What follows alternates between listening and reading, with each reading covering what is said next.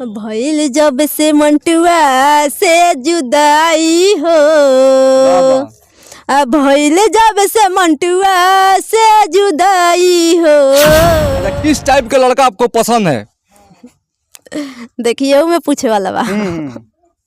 खूब सुंदर होके, स्मार्ट होके, सुपर होके और सुपरों से ऊपर होके और लाखों करोड़। पाउडर क्रीम घोसी है न सब कर सजनावा, अधूरा माटी घोसी है न हमार पिया पहलवा। बिहार के गोपालगंज में उपस्थित हूँ। मेरे पास में जो चेहरा देख रहे हैं जो काफी सोशल मीडिया पे वायरल है मंटुआ के नाम को लेकर, तो आइए इनसे खास बातचीत करते हैं और इनके बारे में आप लोगों को बताते हैं। क्या नाम पड़ेगा आपका?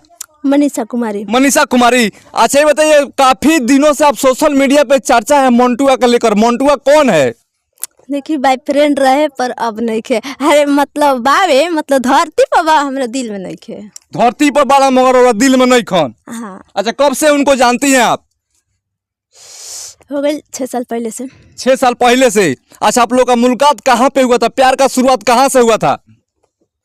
स्कूल से भर रहे, लेकिन 6 साल पहले भर रहे। स्कूल से भर रहे, 6 साल पहले भर रहे।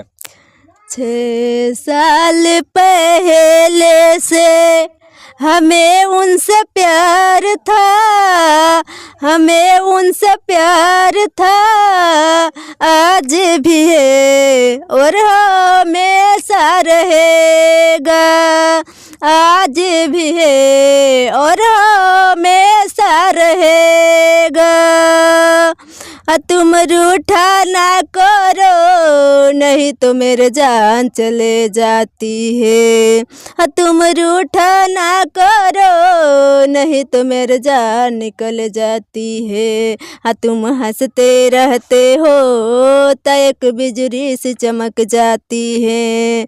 मेरा तो मेरा मंटू तेरा इंतजार है, तेरा इंतजार है, आज भी है और हमेशा रहेगा, आज भी है और हमेशा रहेगा।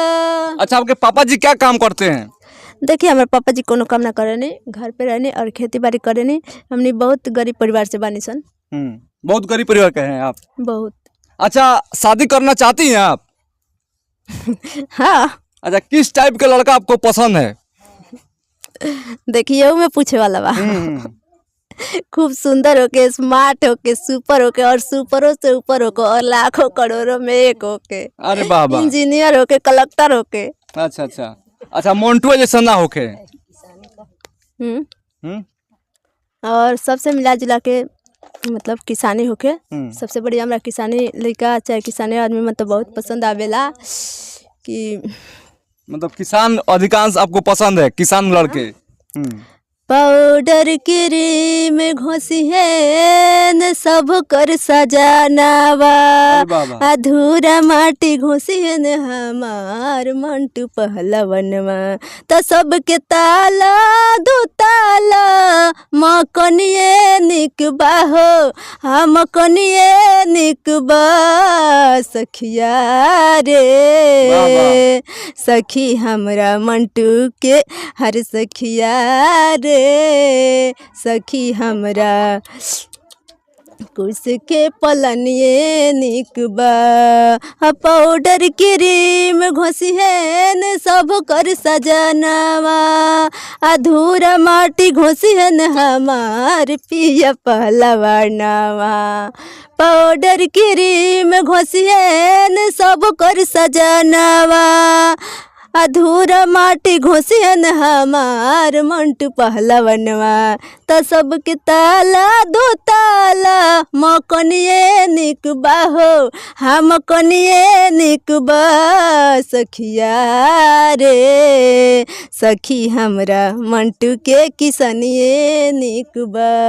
अच्छा मंटू को आप छोड़ दिए हैं कि मंटू आपको छोड़ दिए हैं? देखिए पहले मंटुआ भाव खात रहे पर अब हम भाव खानी। वो 2 गुना भाव खात रहे, हम 4 गुना ज्यादा भाव खानी अब छोड़ दिया बनी। हाँ। अच्छा अच्छा मंटू के नाम पे एक शायरी आप बोली थी जो काफी सोशल मीडिया पे वायरल हुआ था, थोड़ा हमारे दर्शकों को सुनाइए वो शायरी। मंटू के नाम का शायरी। मंटू के? हाँ। अरे मंटू जैसे शिव के चाहेली पार्वती कृष्ण के चाहेली राधा। अरे शिव के चाहेली पार्वती कृष्ण के चाहेली राधा। अरे मंटू हम तो के उतने चाहत रहनी बाबू। अरे ना ना, उससे भी ज्यादा, उससे भी ज्यादा। अरे